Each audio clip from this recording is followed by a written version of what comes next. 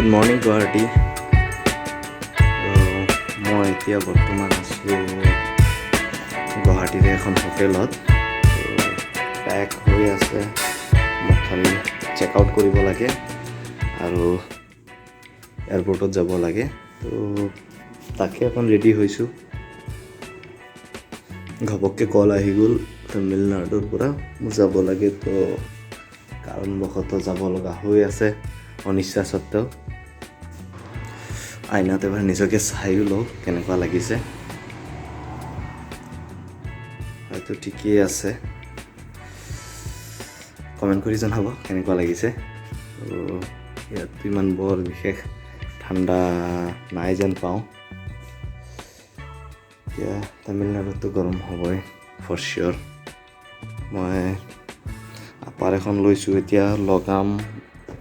তাৰপিছত তাত গৈহে গম পোৱা যাব যে কেনেকুৱা গৰম বা কেনেকুৱা ঠাণ্ডা।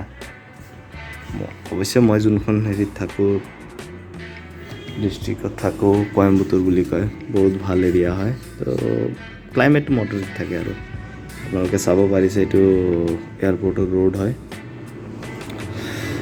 গাড়ী অহা যোৱা কৰি আছে, ময়ো যাব লাগিব এতিয়া ওলাই। ঠিক আছে বন্ধুসকল।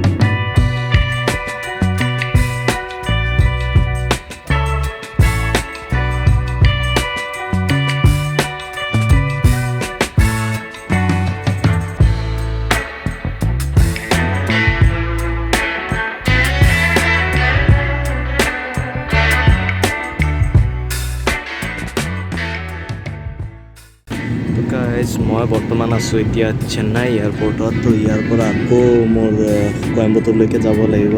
বাহিৰততো ওলোৱা নাই, টেম্পাৰেচাৰ জানো কিমান হ'ব, ইমান আইডিয়া নাই। আজি দিনটো বহুত ঠাণ্ডা ঠাণ্ডা লাগিছে। তো